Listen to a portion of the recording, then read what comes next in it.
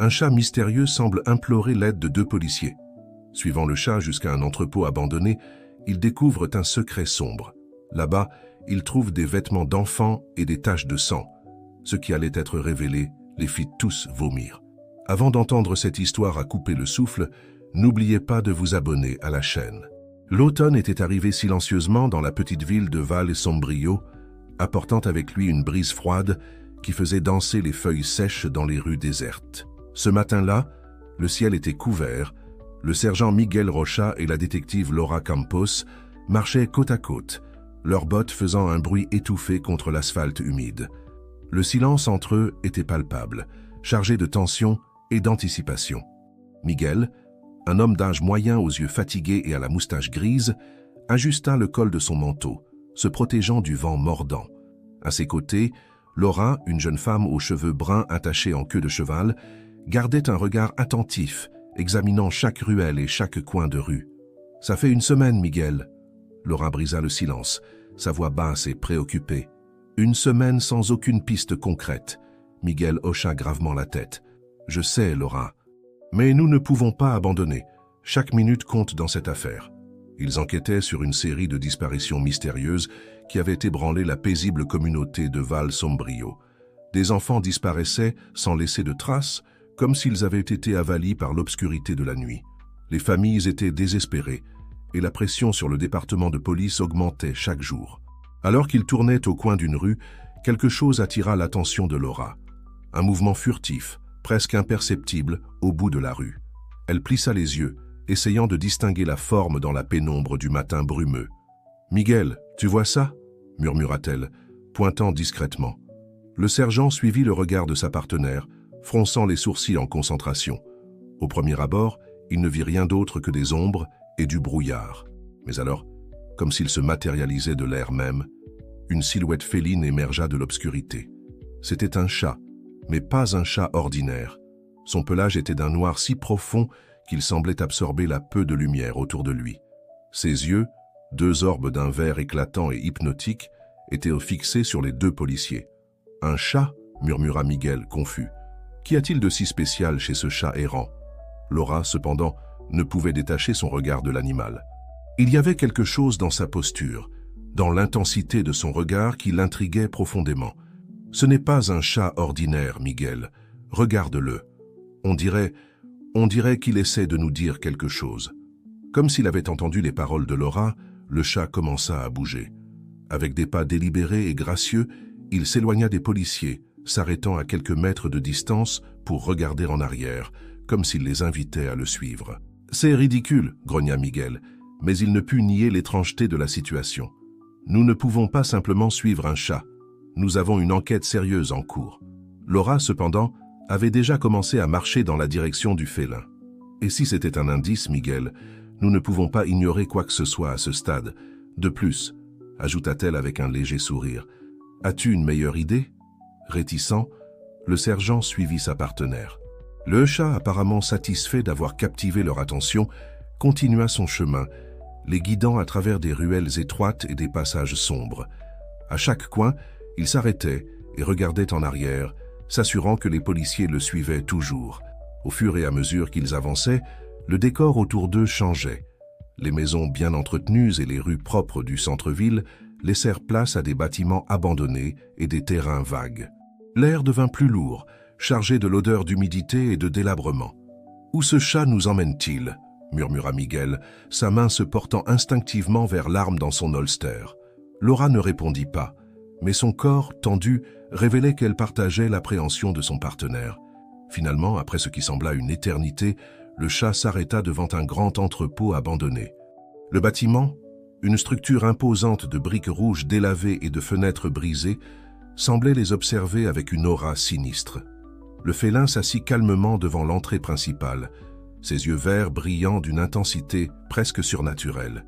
Laura et Miguel échangèrent des regards appréhensifs. « Je n'aime pas ça, » dit Miguel, sa voix grave résonnant dans le silence oppressant qui les entourait. « Ça peut être un piège. » Laura hocha la tête, mais ses yeux étaient fixés sur la porte de l'entrepôt. « Ça peut l'être, mais ça peut aussi être l'indice que nous recherchions. Nous ne pouvons pas l'ignorer, Miguel. » Avec un soupir résigné, Le sergent acquiesça. « D'accord, mais allons-y prudemment. Gardez les yeux ouverts et l'arme prête. » Lentement, ils s'approchèrent de l'entrée. Le chat, ayant apparemment accompli sa mission, disparut dans les ombres aussi mystérieusement qu'il était apparu. Miguel testa la poignée de la porte, surpris de la trouver déverrouillée. Avec un grincement sinistre, la porte s'ouvrit, révélant l'obscurité qui s'étendait au-delà. L'odeur de moisi et d'abandon les frappa comme une vague, les faisant reculer instinctivement. Laura sortit sa lampe torche, le faisceau lumineux tranchant l'obscurité comme un couteau. L'intérieur de l'entrepôt était un labyrinthe de boîtes empilées, de machines rouillées et d'ombres dansantes. Le silence était oppressant, brisé uniquement par le son de leur respiration et le goutte-à-goutte occasionnel d'un tuyau qui fuyait. Au fur et à mesure qu'ils avançaient, leurs yeux s'adaptèrent à la pénombre, révélant des détails troublants. Dans un coin, un tas de vêtements d'enfants jetés négligemment. Dans un autre, des taches sombres sur le sol en béton qui ressemblaient terriblement à du sang séché. Le cœur de Laura s'accéléra. « Miguel » murmura-t-elle, sa voix tremblant légèrement. « Je crois que nous avons trouvé quelque chose. » Le sergent hocha gravement la tête, ses yeux balayant l'environnement à la recherche de tout mouvement. « Oui, mais quoi exactement? Et où sont les enfants ?» Avant que Laura puisse répondre, un bruit métallique résonna dans l'entrepôt, les faisant se retourner brusquement. Pendant un moment, tout redevint silencieux. Puis, des pas, lourds, déterminés, s'approchant rapidement. « Cours !» cria Miguel, poussant Laura vers la sortie. Ils se lancèrent dans une course désespérée, zigzagant entre les boîtes et les machines, le son des pas de leurs poursuivants résonnant menaçant derrière eux. Lorsqu'ils atteignirent la porte, Laura risqua un coup d'œil en arrière. Un bref instant, elle aperçut une silhouette sombre, grande et menaçante, émergeant des ombres. Leurs regards se croisèrent pendant une fraction de seconde et un frisson lui parcourut l'échine. Ils jaillirent hors de l'entrepôt, l'air frais du matin les frappant comme une gifle. Sans s'arrêter pour reprendre leur souffle, ils continuèrent de courir dans les rues désertes, l'écho de leurs pas se mêlant au son de leur cœur battant la chamade. Ce n'est que lorsqu'ils arrivèrent de retour sur l'avenue principale, essoufflés et tremblants, qu'ils osèrent s'arrêter. Miguel s'appuya sur un poteau d'éclairage, essayant de reprendre son souffle, tandis que Laura fouillait la rue du regard, s'assurant qu'il n'avait pas été suivi. « Qu'était-ce » haleta Laura, son esprit tentant encore de traiter ce qu'ils avaient vu. Miguel secoua la tête, son visage un masque de préoccupation et de détermination. « Je ne sais pas, Laura. Mais une chose est sûre. Nous venons de trébucher sur quelque chose de beaucoup plus grand et de beaucoup plus dangereux que nous l'imaginions. » Alors qu'ils essayaient de calmer leur respiration et d'organiser leurs pensées, une silhouette familière émergea des ombres d'une ruelle proche. Le chat noir, ses yeux verts brillants d'une intelligence presque humaine, les observait silencieusement. Laura et Miguel échangèrent des regards. Tous deux savaient que leur vie avait changé de manière irréversible. Le mystère qui les entourait était plus profond et plus sombre qu'ils n'auraient pu l'imaginer. Et ce chat énigmatique, pour une raison inexplicable, semblait être au centre de tout. Avec les premières lueurs du jour finalement perçant à travers les nuages, les deux policiers se redressèrent, prêts à affronter ce qui les attendait. L'affaire des disparitions avait pris un tournant inattendu et dangereux, et ils étaient déterminés à découvrir la vérité, quoi qu'il en coûte. Le soleil était déjà haut dans le ciel lorsque Laura et Miguel arrivèrent enfin au poste de police de Val-Sombrio. Le bâtiment ancien, avec ses murs de briques apparentes et ses fenêtres embuées, semblait aussi fatigué que les deux détectives qui montaient maintenant ces escaliers usés. En entrant, ils furent accueillis par le bourdonnement familier de la routine policière. Téléphone sonnant, clavier frénétique des ordinateurs et murmure constant des conversations. Mais il y avait une tension dans l'air, palpable et oppressante, qui n'était pas là auparavant. Le commissaire Antonio Silva, un homme corpulent aux cheveux gris et aux yeux perçants, les attendait dans son bureau. Dès qu'ils eurent fermé la porte derrière eux, il les bombardera de questions. « Où diable étiez-vous? Nous avons des familles désespérées qui appellent toutes les 5 minutes. La presse est campée devant le poste et vous deux disparaissez pendant des heures sans donner d'explication. » Miguel, encore essoufflé de la course et de l'adrénaline, leva une main dans un geste apaisant.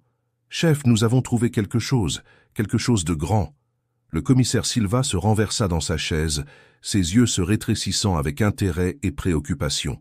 « Je vous écoute. » Laura et Miguel se relayèrent, pour raconter les événements de la matinée, le chat mystérieux, l'entrepôt abandonné, les preuves troublantes qu'ils avaient retrouvées et la silhouette sombre qui les avait poursuivis. Au fur et à mesure qu'ils parlaient, le visage du commissaire devenait de plus en plus sérieux. Quand ils terminèrent, il resta silencieux pendant quelques moments, absorbant les informations. « C'est inquiétant, » dit-il finalement, choisissant soigneusement ses mots. « Si ce que vous dites est vrai, nous sommes confrontés à quelque chose de beaucoup plus grand que de simples disparitions. »« Chef !» Laura se pencha en avant, ses yeux brillants de détermination. « Nous devons retourner dans cet entrepôt. Maintenant que nous savons ce que nous cherchons, nous pouvons... » « Hors de question, » l'interrompit le commissaire fermement. « C'est trop risqué. Qui que ce soit derrière tout ça, il sait déjà que vous étiez là-bas. Retourner serait un suicide. » Miguel hocha gravement la tête. « Le chef a raison, Laura. Nous devons être plus intelligents que ça. » Laura se renversa dans sa chaise, frustrée mais reconnaissant la logique derrière leurs paroles. « Alors, que faisons-nous maintenant ?» Le commissaire Silva se gratta le menton, pensif. « Vous avez mentionné des vêtements d'enfants et d'autres preuves dans l'entrepôt. Cela peut nous donner un point de départ. Nous allons passer en revue tous les cas de disparition des derniers mois, voir si nous trouvons un schéma. » Pendant les jours suivants, Laura et Miguel plongèrent tête la première dans les archives. Des dossiers et des dossiers de cas non résolus s'empilaient sur leur bureau, chacun contenant des histoires de vies interrompues, de familles brisées et de questions sans réponse. Au fur et à mesure qu'ils examinèrent les cas, un schéma troublant commença à émerger. Tous les enfants disparus avaient entre 8 et 12 ans. Tous avaient disparu lors de journées nuageuses ou pluvieuses. Et dans tous les cas, des témoins avaient signalé avoir vu un chat noir à proximité peu avant ou après la disparition. « Ce ne peut pas être une coïncidence, » murmura Laura, se frottant les yeux fatigués après des heures penchées sur les dossiers. Miguel hocha la tête, son expression sombre. « Je suis d'accord. Mais que signifie-t-il? Comment un chat peut-il être impliqué dans une série de disparitions ?» Avant que Laura puisse répondre, on frappa à la porte. C'était Marcos, un jeune policier fraîchement sorti de l'académie. « Désolé de vous déranger, dit-il, semblant nerveux, mais je pense que vous devriez voir ça. » Il tendit un journal ancien, jauni par le temps. Laura prit le journal, ses sourcils se soulevant de surprise en voyant la date. 15 octobre 1985, presque 40 ans auparavant. Le titre sauta à ses yeux. « Mystère à Val Sombrio. Des enfants disparaissent. Un chat noir est aperçu. »« Où as-tu trouvé ça ?» demanda Miguel, se penchant pour lire par-dessus l'épaule de Laura. Marcos déglutit. « Je faisais du rangement dans les archives et je suis tombé sur cette édition ancienne. J'ai pensé qu'elle pourrait être pertinente pour votre affaire. » Laura et Miguel échangèrent des regards inquiets. L'affaire était bien plus ancienne et complexe qu'ils ne l'avaient initialement imaginé. « Merci, Marcos, » dit Laura, congédiant le jeune policier. Dès qu'il sortit, elle se tourna vers Miguel, ses yeux brillant d'un mélange de peur et de détermination. « Miguel, cela change tout. Ce contre quoi nous luttons, quelle que soit sa nature, est ici depuis des décennies. » Miguel hocha gravement la tête. « Et s'il a répété le cycle après tant de temps, il doit y avoir une raison. Nous devons découvrir ce qui s'est passé en 1985. » Dans les jours qui suivirent, Laura et Miguel plongèrent encore plus profondément dans l'histoire de Val Sombrio. Ils interrogèrent des résidents âgés, fouillèrent des archives poussiéreuses et tentèrent de reconstituer les événements de cet automne fatidique de 1985. Ce qu'ils découvrirent les laissa encore plus perplexes. Cette année-là, comme maintenant, 5 enfants avaient disparu au cours d'un mois. Les circonstances étaient presque identiques, des journées nuageuses, le chat noir mystérieux, aucune trace laissée derrière, mais il y avait une différence cruciale. Dans les archives de 1985, ils trouvèrent mention d'un suspect, un homme nommé Eduardo Mendes, décrit comme un étrange solitaire vivant aux alentours de la ville. « Nous devons trouver ce Eduardo, » dit Laura, sa voix chargée d'urgence. « S'il est encore en vie, il peut être notre meilleure chance de comprendre ce qui se passe. » Miguel acquiesça, mais ses yeux étaient fixés sur un autre détail de l'archive. « Laura, regarde ça. L'adresse enregistrée d'Eduardo Mendes en 1985... » Laura se pencha pour voir, et son cœur faillit s'arrêter. L'adresse indiquée était exactement la même que celle de l'entrepôt abandonné qu'ils avaient visité quelques jours plus tôt. « Ce ne peut pas être une coïncidence, » murmura-t-elle. « Non. acquiesça Miguel, sa voix grave. Mais si cet Eduardo Mendes était derrière les disparitions en 1985, comment expliquer ce qui se passe maintenant? Il devrait avoir plus de 80 ans. Laura secoua la tête, frustrée. Je ne sais pas, Miguel, mais c'est notre seule piste pour le moment. Nous devons le trouver. Ils présentèrent leur découverte au commissaire Silva, qui écouta avec une attention croissante. Quand ils terminèrent, il resta silencieux pendant de longues secondes, méditant. « C'est risqué, dit-il finalement. Mais vous avez raison, c'est notre meilleure chance pour le moment. » Il se leva, son expression déterminée. « Je vais affecter une équipe pour surveiller l'entrepôt 24 heures sur 24. Pendant ce temps, je veux que vous deux vous concentriez sur la localisation de cet Eduardo Mendes.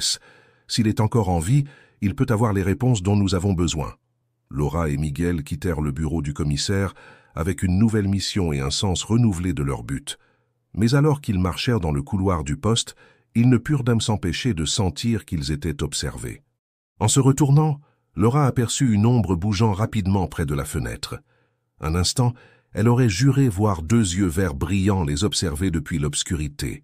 Le chat noir était de retour, et avec lui, la certitude que le mystère qu'ils affrontaient était bien plus profond et dangereux qu'ils n'auraient pu l'imaginer.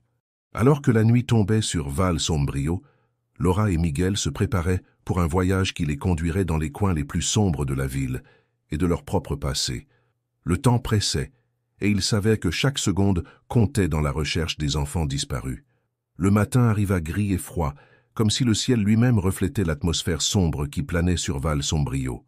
Laura se réveilla en sursaut, les restes d'un cauchemar s'accrochant encore au bord de sa conscience.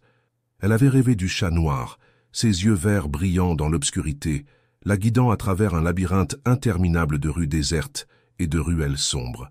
Secouant la tête pour chasser les dernières toiles du rêve, Laura se prépara pour une autre journée d'investigation. Elle et Miguel avaient convenu de se retrouver tôt au poste pour commencer la recherche d'Eduardo Mendes. En arrivant au poste, Laura trouva Miguel déjà penché sur une pile de documents anciens, une tasse de café fort à ses côtés. « Bonjour » murmura-t-il, sans quitter les papiers des yeux. « J'ai passé la nuit à rechercher notre homme mystérieux. » Laura s'assit à côté de lui, curieuse. « Et qu'as-tu découvert » Miguel soupira, la regardant enfin. « Pas grand-chose, malheureusement. Eduardo Mendes semble avoir été un fantôme, même en 1985. Peu de documents, aucune famille connue. Ce que nous savons, c'est qu'il est arrivé à Val Sombrio au début de cette année-là, a loué l'entrepôt et vivait de façon recluse. Rien sur ce qu'il faisait ? Pourquoi est-il venu ici ? Demanda Laura, frustrée par le manque d'informations. Rien de concret, répondit Miguel. Mais j'ai trouvé quelque chose d'intéressant. Apparemment, avant de venir à Val Sombrio, Eduardo a vécu dans une ville appelée Serra da Sombra, à environ 200 km d'ici. Laura fronça les sourcils. Serra da Sombra, je n'en ai jamais entendu parler. Moi non plus, avoua Miguel. Mais le plus curieux, c'est ça.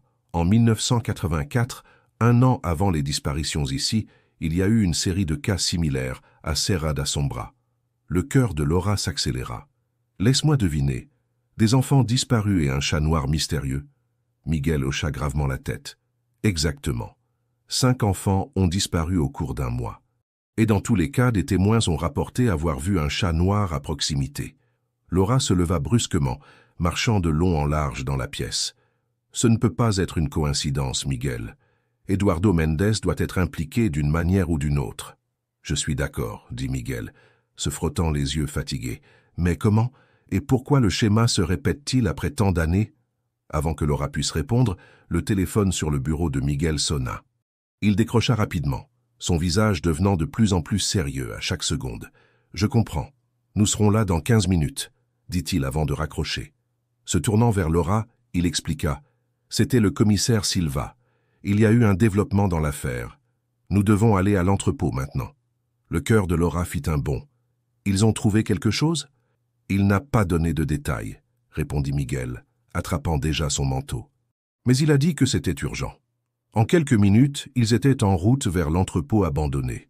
Le lieu, déjà sinistre à la lumière du jour, émanait maintenant une aura encore plus sombre sous le ciel couvert. À leur arrivée, ils trouvèrent un petit attroupement de policiers et de techniciens médico-légaux autour du bâtiment. Le commissaire Silva les attendait à l'entrée, son visage un masque de préoccupation. « Qu'est-ce qui s'est passé, chef ?» demanda Laura dès qu'ils s'approchèrent.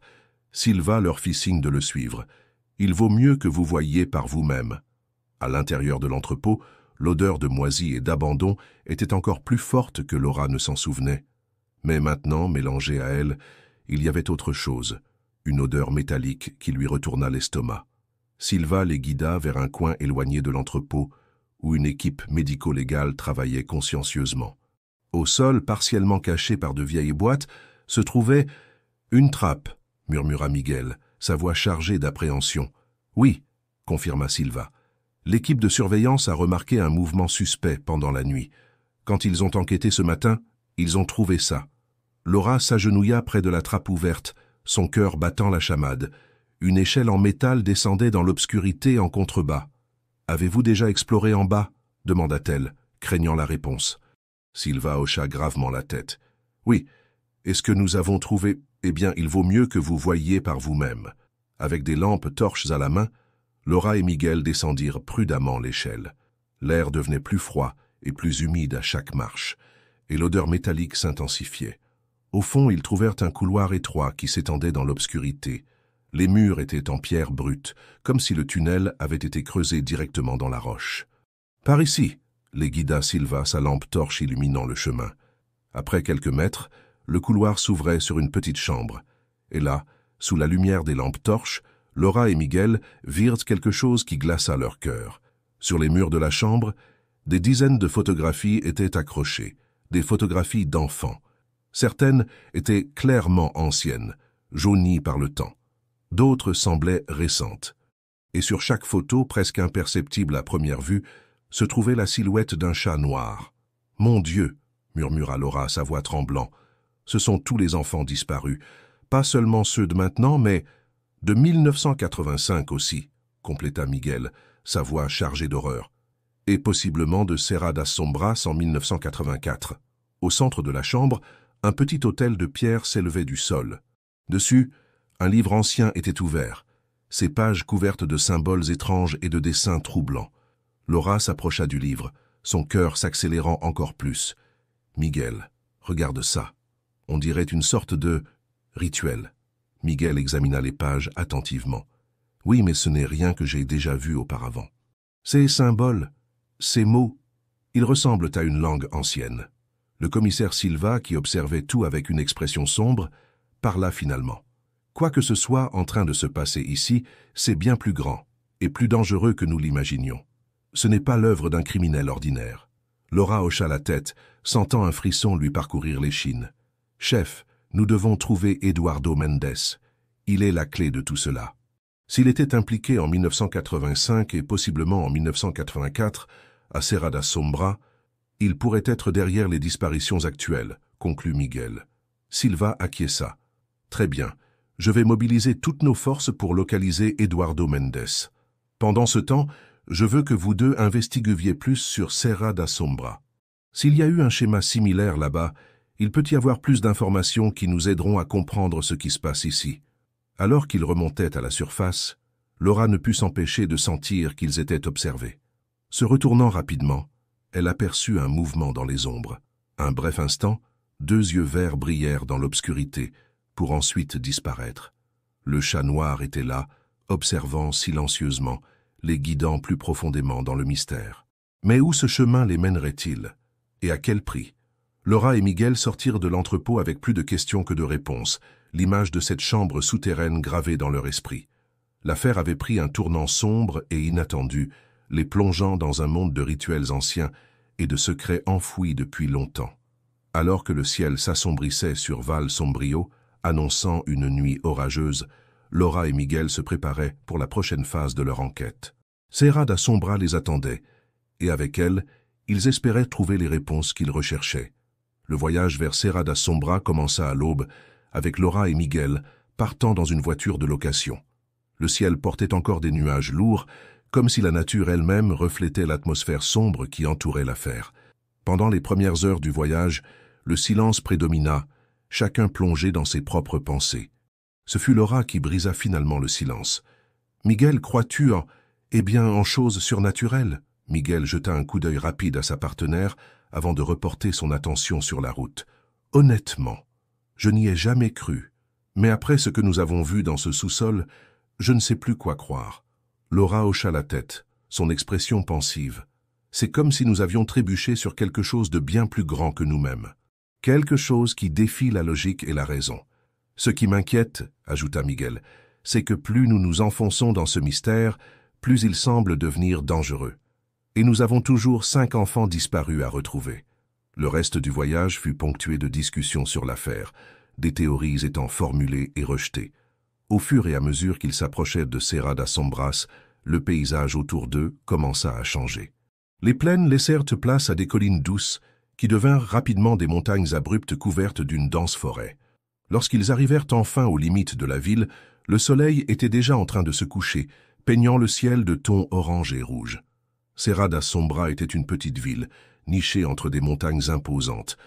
Des maisons anciennes en pierre et en bois bordèrent les rues étroites, et une brume fine flottait au-dessus de tout, donnant à l'endroit une atmosphère éthérée et légèrement inquiétante. « Bon, nous voilà », marmonna Miguel, garant la voiture devant une petite auberge. « Par où commençons-nous » Laura vérifia ses notes. « Je pense que notre meilleure option est la bibliothèque locale. S'il y a eu des disparitions ici en 1984, il doit y avoir des archives dans les journaux anciens. » Après s'être installés à l'auberge, ils se dirigèrent vers la bibliothèque municipale, un bâtiment victorien imposant au centre de la ville. La bibliothécaire, une dame âgée nommée Donna Céleste, les accueillit avec un regard curieux. « Recherche historique, avez-vous dit ?» demanda-t-elle, ajustant ses lunettes. « Eh bien, nous avons une section entière dédiée à l'histoire locale, y compris des événements que certains préféreraient oublier. » Le ton énigmatique de la dame n'échappa pas à Laura et Miguel. Alors qu'ils fouillaient les archives, ils trouvèrent non seulement des registres des disparitions de 1984, mais aussi des mentions à des événements similaires remontant à des décennies, voire des siècles. « Miguel, regarde ça !» appela Laura, tenant un livre ancien. « Il y a des récits de disparitions d'enfants datant de 1784. Et dans tous les cas, la mention d'un chat noir. » Miguel fronça les sourcils, examinant le livre. « C'est impossible. Comment le même schéma pourrait-il se répéter pendant si longtemps ?» Alors qu'ils continuaient leurs recherches, une ombre sembla passer devant la fenêtre. Laura regarda rapidement, mais ne vit rien d'autre que la brume qui enveloppait maintenant complètement la ville. Des heures passèrent, et lorsqu'ils quittèrent finalement la bibliothèque, la nuit était tombée sur Serra da Sombra. Les rues étaient désertes, éclairées uniquement par quelques lampadaires émettant une lueur faible et jaunâtre. « Il y a quelque chose de bizarre dans cette ville, » murmura Laura, sentant un frisson lui parcourir l'échine. « C'est comme si tout le monde cachait quelque chose. » Miguel hocha la tête, ses yeux balayant les ombres. « Je suis d'accord. Demain, nous devons parler aux habitants, voir si quelqu'un se souvient des événements de 1984. » Alors qu'ils marchèrent de retour à l'auberge, Laura eut la nette impression d'être observée. Se retournant brusquement, elle vit un mouvement rapide dans une ruelle proche. « Miguel !» elle chuchota, agrippant le bras de son partenaire. Là-bas, au fond de la ruelle, assis calmement comme s'il les attendait, se trouvait un chat noir. Ses yeux verts brillaient dans l'obscurité, fixés sur les deux détectives. « Ce ne peut pas être le même chat de Val-Sombrio » murmura Miguel, incrédule. Mais avant qu'il puisse faire un mouvement, le chat se leva et disparut dans les ombres. Laura, impulsivement, se lança à sa poursuite, Miguel juste derrière elle. La ruelle les conduisit à une série de ruelles étroites, de plus en plus profondes dans le cœur ancien de la ville. Le chat semblait toujours être un pas devant, les guidant à travers un labyrinthe de rues anciennes et de passages oubliés. Finalement, ils émergèrent sur une petite place circulaire, dominée par une statue au centre. La statue, couverte de mousse et usée par le temps, représentait une figure encapuchonnée tenant un livre. À ses pieds, sculpté dans la pierre, se trouvait un chat. « Mon Dieu !» haleta Laura, reprenant son souffle. Miguel regarde la base de la statue. Gravée dans la pierre, presque effacée par le temps, se trouvait une inscription dans une langue ancienne. Mais ce qui attira leur attention, ce furent les symboles autour de l'inscription, les mêmes symboles qu'ils avaient vus dans le livre trouvé dans le sous-sol de l'entrepôt à Val-Sombrio. « Ce ne peut pas être une coïncidence, » dit Miguel, sa voix tendue. « Quoi que ce soit en train de se passer, Il a des racines bien plus profondes que nous l'imaginions. Un miaulement doux les fit se retourner. Le chat noir était assis calmement à côté de la statue, ses yeux verts brillant d'une intelligence presque surnaturelle. Laura fit un pas vers l'animal, mais avant qu'elle puisse l'atteindre, le son de pas résonna sur la place.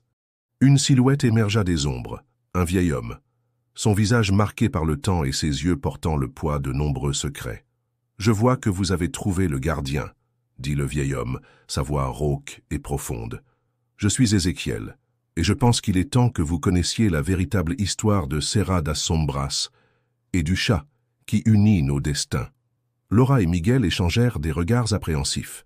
Ils étaient venus chercher des réponses, mais maintenant, face à cet étrange énigmatique et au chat mystérieux, ils commençaient à se demander s'ils étaient prêts pour la vérité qui les attendait.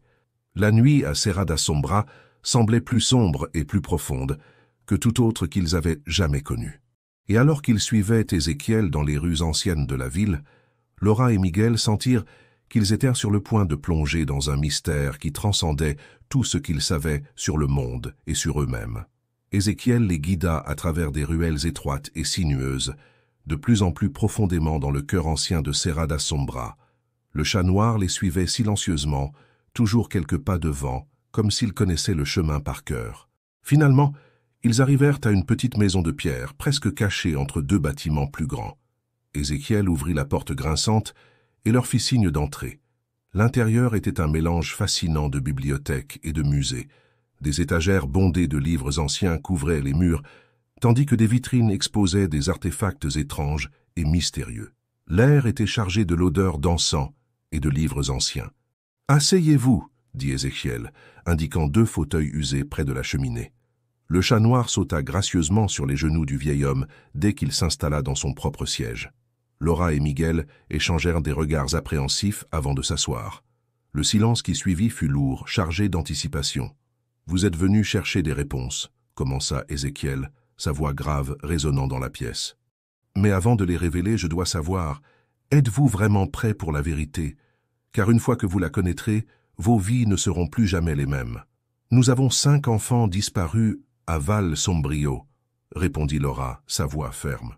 S'il y a quelque chose qui puisse nous aider à les retrouver, nous devons le savoir. Ézéchiel hocha lentement la tête, ses yeux se fixant sur le chat dans son giron. L'histoire que je vais vous raconter remonte à des siècles, quand Serra das Sombras n'était qu'un petit village isolé dans les montagnes. Il fit une pause, comme pour organiser ses pensées, puis continua. À l'époque, le village était protégé par un groupe de gardiens, des personnes dotées de capacités spéciales. Ils maintenaient l'équilibre entre notre monde et un autre, un royaume de ténèbres et de magie ancienne. Le chat que vous voyez, il caressa gentiment le félin, n'est pas un animal ordinaire. C'est un être ancien, un guide entre les deux mondes. Miguel fronça les sourcils, manifestement sceptique. Vous voulez dire que ce chat est magique ? Magique est un mot trop simpliste, répondit Ézéchiel. Disons qu'il existe sur un plan différent du nôtre, capable de transiter entre les réalités. Laura se pencha en avant, fascinée malgré son incrédulité. Et qu'est-ce que cela a à voir avec les enfants disparus? Le visage d'Ézéchiel se tordit en une expression de chagrin. Au fil des siècles, le voile entre les mondes devient parfois ténu. Quand cela arrive, des êtres de l'autre côté tentent de traverser. Les enfants, avec leurs esprits ouverts et leur imagination vive, sont les plus susceptibles d'entendre leurs appels. Vous voulez dire que les enfants ont été emmenés dans un autre monde?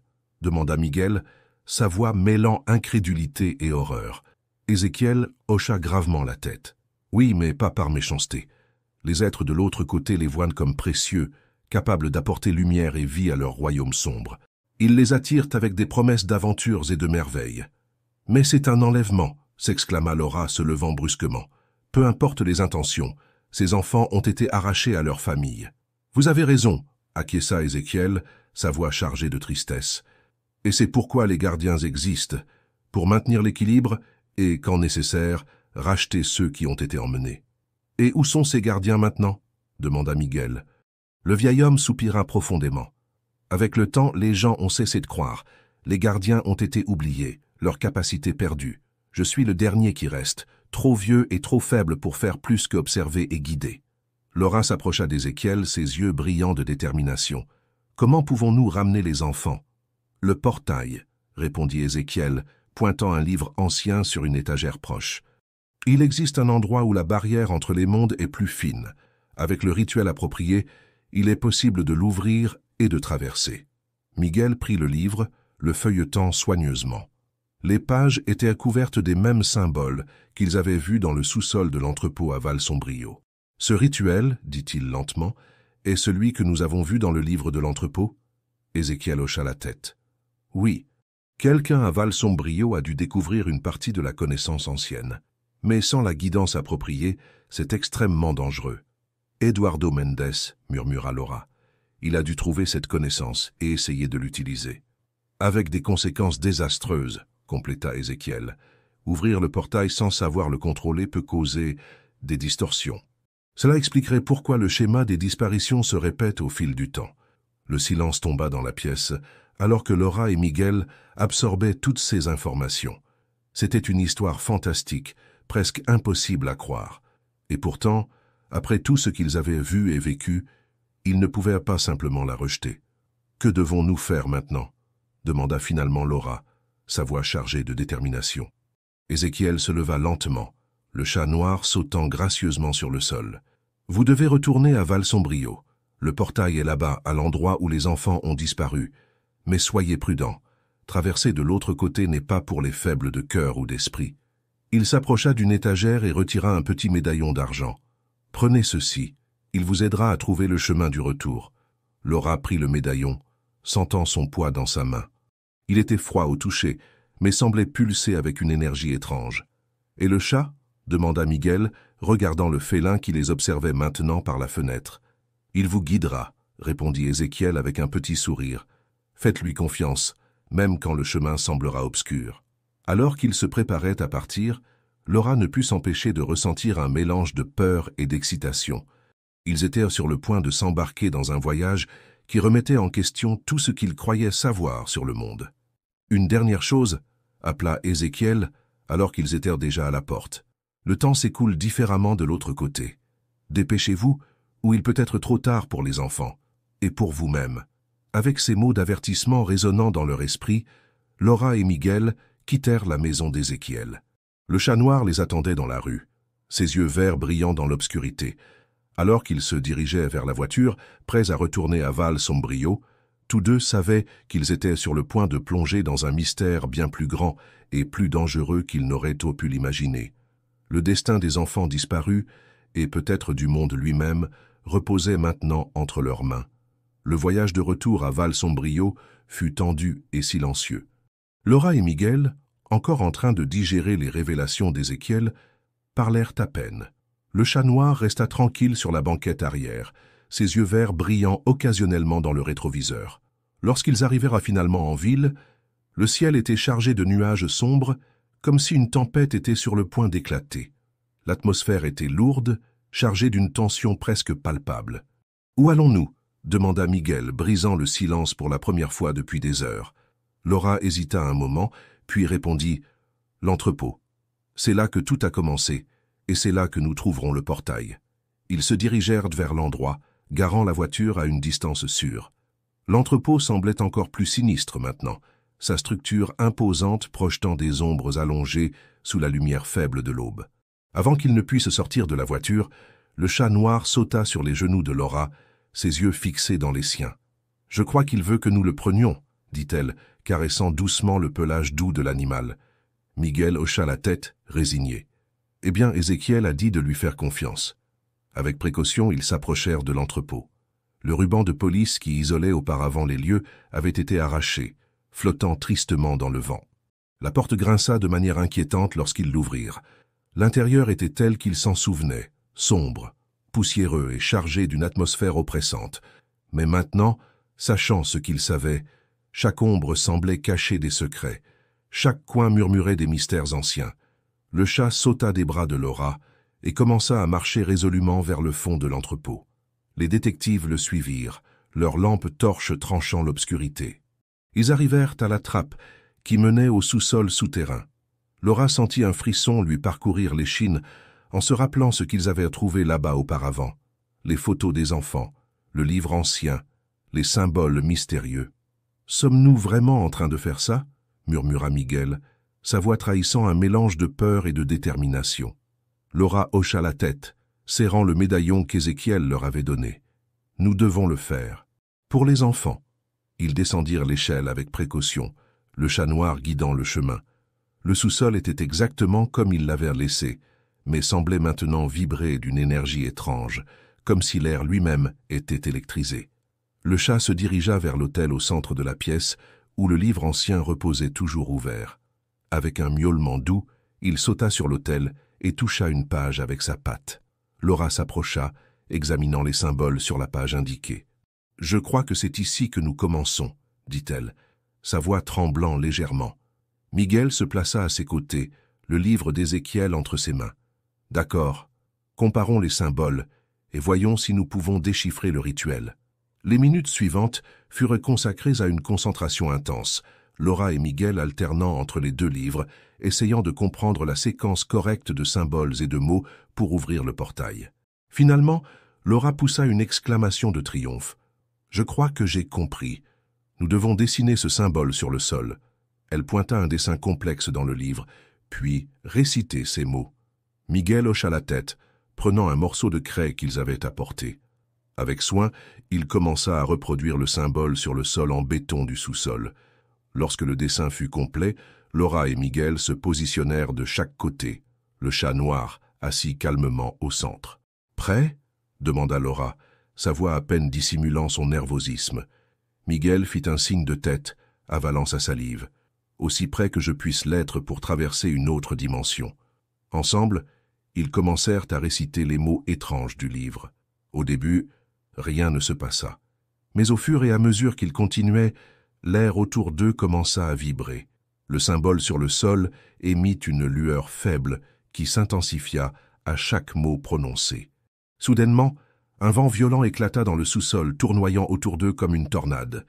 La lueur du symbole devint presque aveuglante, et Laura et Miguel durent crier les derniers mots de l'incantation. Avec un fracas assourdissant, l'air devant eux sembla se déchirer, révélant une ouverture brillante. À travers elle, ils purent entrevoir un monde de ténèbres et de lumière, à la fois si alien et étrangement familier. Le chat noir miaula fort, attirant leur attention. Ses yeux verts brillaient d'une intensité surnaturelle, et il fit un pas vers le portail. Laura et Miguel échangèrent un dernier regard. Aucun mot n'était nécessaire. Tous deux savaient qu'il n'y avait pas de retour en arrière. Avec le cœur battant et les mains tremblantes, ils suivirent le chat vers l'ouverture brillante. Le monde autour d'eux commença à tourner et à se déformer, les couleurs et les formes se mélangeant en un kaléidoscope vertigineux. Dans un instant, ils étaient dans le sous-sol sombre de l'entrepôt. Dans le suivant, ils furent engloutis par une lumière aveuglante. Lorsqu'ils purent finalement ouvrir les yeux, Laura et Miguel se retrouvèrent dans un lieu qui défiait la compréhension.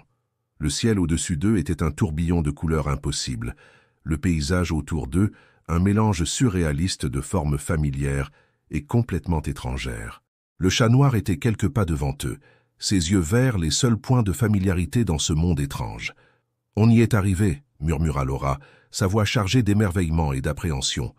Miguel hocha la tête, incapable de trouver des mots pour décrire ce qu'il voyait et ressentait. Devant eux, un chemin sinueux s'étendait, serpentant entre des arbres de cristal et des rochers qui semblaient pulser de vie propre. Et au loin, presque à l'horizon, ils virent ce qui ressemblait à une ville de tours impossibles et de ponts défiant la gravité. Le chat miaula doucement, comme pour leur rappeler leur mission. Les enfants étaient quelque part dans ce monde bizarre et merveilleux, et le temps pressait. Avec un dernier regard vers le portail brillant derrière eux, leur seule connexion avec le monde qu'ils connaissaient, Laura et Miguel firent leur premier pas dans leur voyage à travers le royaume des ombres. Le monde au-delà du portail était une symphonie d'impossibilités. Laura et Miguel marchèrent dans un paysage qui défiait la logique, où les lois de la physique semblaient n'être que de simples suggestions. Des arbres de cristal s'élevaient vers le ciel, leurs feuilles tintant d'une mélodie éthérée. Le sol sous leurs pieds alternait entre solide et presque liquide, chaque pas exigeant une concentration. Le chat noir les guidait avec assurance. ses yeux verts brillants comme des phares dans la pénombre éternelle de ce royaume crépusculaire. Il ne savait pas depuis combien de temps il marchait, les concepts de temps et de distance semblaient fluides ici. « Laura !» murmura Miguel, sa voix tendue. « Tu vois ça ?» Elle suivit le regard de son partenaire et étouffa un cri. Au loin, des formes sombres bougeaient, leurs silhouettes vaguement humanoïdes, mais déformées de manière troublante. C'étaient les êtres qu'Ézéchiel avait mentionnés, les habitants de ce monde de ténèbres. « Ne les regarde pas directement, » murmura Laura, se rappelant les avertissements du vieil homme. « Ils peuvent sentir notre présence. » Ils continuèrent leur voyage, suivant toujours le chat. La ville qu'ils avaient entrevue à l'horizon semblait ne jamais se rapprocher, comme si elle était toujours au-delà de leur portée. Soudainement, le chat s'arrêta, ses oreilles remuant comme s'il entendait quelque chose que les humains ne pouvaient pas percevoir. Avec un miaulement urgent, il les guida derrière un ensemble de rochers pulsant d'une lumière interne. Pas un moment trop tôt, car une procession d'êtres sombres passa là où ils étaient. Ils étaient grands et élancés, leur corps semblant fait de fumée et de ténèbres. Et parmi eux, Laura et Miguel virent quelque chose qui glaça leur cœur. Des enfants. 5 enfants, exactement le nombre qui avait disparu à Val-Sombrio, marchaient parmi les êtres sombres. Leurs yeux étaient vitreux, comme s'ils étaient en transe, et leur forme semblait se dissoudre lentement dans les ombres qui les entouraient. « Mon Dieu !» murmura Laura, sa voix étranglée. « Nous sommes en train de les perdre. » Miguel serra l'épaule de sa partenaire, son expression déterminée. « Pas encore, suivons-les. » Avec précaution, se maintenant dans les ombres, ils suivirent la procession. Le chat noir les guidait, les aidant à éviter d'être détectés par les êtres sombres. La procession les mena à un amphithéâtre naturel, formé de rochers cristallins, s'élevant en un demi-cercle parfait. Au centre se trouvait un autel fait d'une substance qui ressemblait à de l'ombre solidifiée. Les êtres sombres placèrent les enfants autour de l'autel, formant un pentagone. Ils commencèrent alors à entonner un chant dans une langue qui faisait vibrer les os de Laura et Miguel de manière inconfortable. « Nous devons faire quelque chose », murmura Laura urgentement. Ils sont en train de réaliser un rituel. Miguel hocha la tête, ses yeux balayant la zone à la recherche d'une opportunité. « Mais comment ? Nous sommes en infériorité numérique et nous ne savons pas de quoi ces êtres sont capables. » Ce fut alors que le chat noir agit. Avec un miaulement retentissant qui résonna dans l'amphithéâtre, il sauta au centre de la scène. Les êtres sombres interrompirent leur chant, apparemment surpris par la présence du félin. Laura et Miguel comprirent le signal. Profitant de la diversion, ils coururent vers les enfants. « Réveillez-vous » cria Laura, secouant l'enfant le plus proche. « Vous devez revenir avec nous. » Les yeux de l'enfant clignèrent, un éclair de reconnaissance passant dans son regard. Les autres enfants semblaient également sortir de leur transe. Les êtres sombres, réalisant ce qui se passait, émirent un son aigu et terrifiant. Ils commencèrent à se déplacer vers Laura, Miguel et les enfants, leurs formes s'expandant et se tordant de manières impossibles. « Courez !» hurla Miguel, attrapant 2 des plus jeunes enfants dans ses bras. Laura fit de même, tandis que les autres s'accrochaient à eux. Le chat noir bondit devant, les guidant hors de l'amphithéâtre. Ils coururent à travers le paysage aliéné, les cris et les hurlements des êtres sombres résonnant derrière eux. Le monde autour d'eux semblait réagir à la poursuite. Le sol ondulait sous leurs pieds, des arbres de cristal se brisaient sur leur passage et l'air lui-même semblait devenir plus dense, entravant leur fuite. « Le portail !» halta Laura, voyant le brillant familier au loin. « Il devient plus faible. » Ils redoublèrent d'efforts, courant comme jamais auparavant. Les enfants, maintenant totalement réveillés, pleuraient et criant de peur. Les êtres sombres étaient presque sur eux quand ils atteignirent finalement le portail. Sa lumière, auparavant brillante, clignotait maintenant dangereusement. « Vite !» cria Miguel, poussant les enfants à travers l'ouverture. Laura se tourna vers le chat noir, qui s'était arrêté quelques pas derrière eux. « Viens !» l'appela-t-elle. Le félin la fixa simplement de ses yeux verts énigmatiques, et Laura comprit. Il appartenait à ce monde, son rôle était de les guider, pas de les quitter. Avec un dernier regard de gratitude envers leur guide mystérieux, Laura sauta à travers le portail, suivie de près par Miguel. La sensation de chute et de désorientation fut intense, les couleurs et les formes se mélangeant dans un tourbillon vertigineux. Et puis, avec un bruit sourd, ils atterrirent sur le sol dur du sous-sol de l'entrepôt à Val-Sombrio. Laura se leva tremblante aidant Miguel à se relever. Les 5 enfants étaient là, effrayés mais en sécurité, regardant autour d'eux avec des expressions de confusion et de soulagement. Le portail derrière eux cligna une dernière fois et se referma avec un claquement, ne laissant que le symbole dessiné sur le sol comme preuve de son existence. « On a réussi !» murmura Miguel, sa voix étranglée d'émotion. « On a vraiment réussi !» Laura hocha la tête, des larmes de soulagement coulant sur ses joues. Ils avaient affronté l'impossible et étaient revenus victorieux. Les enfants étaient sauvés, le mystère résolu. Mais alors qu'elle serrait les enfants tremblants et entendait le son des sirènes s'approcher, sans aucun doute le renfort qu'ils avaient demandé avant leur voyage, Laura ne put s'empêcher de penser au chat noir et au monde de ténèbres qu'ils avaient laissé derrière eux. Quelque chose lui disait que ce n'était pas la dernière fois que leur chemin croiserait le royaume au-delà du portail. Le mystère du chat noir et des êtres des ténèbres était loin d'être complètement élucidé. Pour l'instant, cependant, ils avaient accompli leur mission. Les enfants étaient en sécurité, et il était temps de retourner au monde qu'ils connaissaient, laissant les ombres derrière eux. Pour l'instant. Dans les semaines qui suivirent le sauvetage des enfants, Val Sombrio fut envahi par un mélange de soulagement et d'incrédulité. Les familles étaient, bien sûr, extasiées du retour de leurs enfants, mais les circonstances de leur disparition et de leur sauvetage restaient un mystère pour la plupart. Laura et Miguel se retrouvèrent au centre d'une tempête médiatique. Des reporters de tout le pays débarquèrent dans la petite ville, avides de détails sur l'affaire qui était qualifiée de mystère du siècle. Les autorités exigeaient des rapports détaillés, des explications plausibles pour l'inexplicable. Mais comment pourraient-ils raconter la vérité? Qui croirait en des portails vers d'autres dimensions, des êtres faits d'ombre et des chats guides mystiques? Un après-midi particulièrement épuisant. Après des heures d'interrogatoires et d'interviews, Laura et Miguel se réfugièrent dans un petit café près du poste de police. « Que allons-nous faire maintenant ?» demanda Laura, remuant distraitement son café déjà froid. Miguel poussa un profond soupir. « Je ne sais pas. Comment expliquer quelque chose que nous-mêmes ne comprenons pas complètement ?» À ce moment-là, la sonnette de la porte du café tinta, annonçant l'arrivée d'un nouveau client. Par réflexe, ils regardèrent tous deux vers l'entrée et se figèrent. Debout dans l'embrasure de la porte se tenait un vieil homme aux cheveux blancs et aux yeux profonds qui semblait emporter le poids des siècles.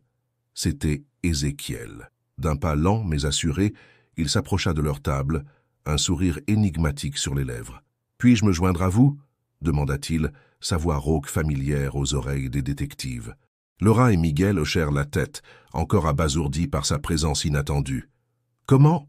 commença Laura, mais Ézéchiel l'interrompit d'un geste doux. « Les nouvelles voyagent rapidement, même entre les mondes, » dit-il, ses yeux brillants d'une connaissance ancienne. « Vous avez accompli quelque chose d'extraordinaire, quelque chose qui n'avait pas été fait depuis des siècles. » Miguel se pencha en avant, sa voix basse et urgente. « Que va-t-il se passer maintenant ?»« Le portail est fermé pour l'instant, » répondit Ézéchiel. « Mais pas pour toujours.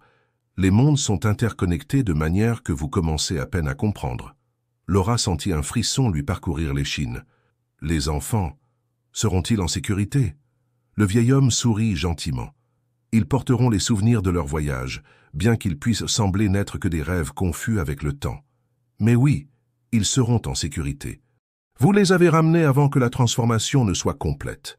Et qu'en est-il des êtres des ténèbres ?»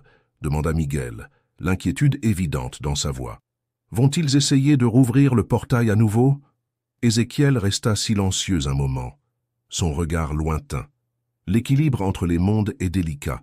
Il y aura toujours ceux qui cherchent à traverser les barrières, pour des raisons bonnes ou mauvaises. C'est pourquoi les gardiens sont nécessaires. Il regarda directement Laura et Miguel, ses yeux perçants. « Vous avez prouvé être plus que de simples détectives. Vous êtes les nouveaux gardiens de Val Sombrio. » Laura et Miguel échangèrent des regards surpris. « Nous ?» demanda Laura incrédule. « Mais nous ne savons rien de la magie ou des portails interdimensionnels. » Ézéchiel sourit, un sourire qui semblait contenir toute la sagesse du monde. « Vous avez appris plus que vous ne l'imaginez, et vous continuerez à apprendre. Le chat noir vous a choisi et il se trompe rarement. » Comme invoqué par ces paroles, un miaulement doux retentit à l'extérieur du café. Laura et Miguel se tournèrent vers la fenêtre et là, assis calmement sur le trottoir, se trouvait le chat noir, ses yeux verts brillant d'une intelligence surnaturelle. « Il, » bégaya Miguel, Il a traversé le portail avec nous ?» Ézéchiel rit doucement. Le chat va et vient comme bon lui semble. Il est le véritable gardien, le lien entre les mondes. Et maintenant, il vous a choisi comme ses compagnons dans ce voyage. Laura sentit une vague d'émotions la traverser.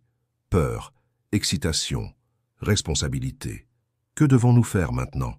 Continuez vos vies, répondit Ézéchiel, se levant lentement. Soyez les détectives que vous avez toujours été, mais restez attentifs. Les signes sont toujours présents pour ceux qui savent tout regarder.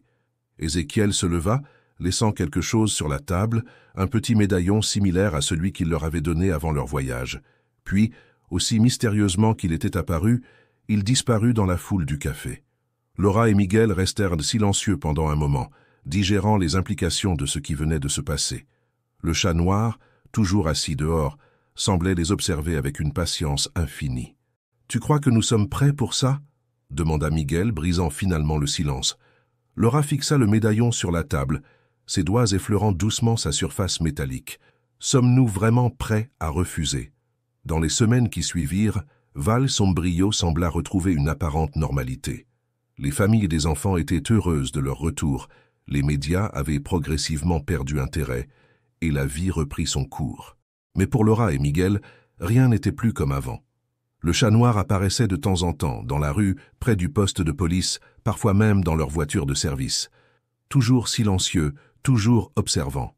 Un rappel constant que leur monde avait changé.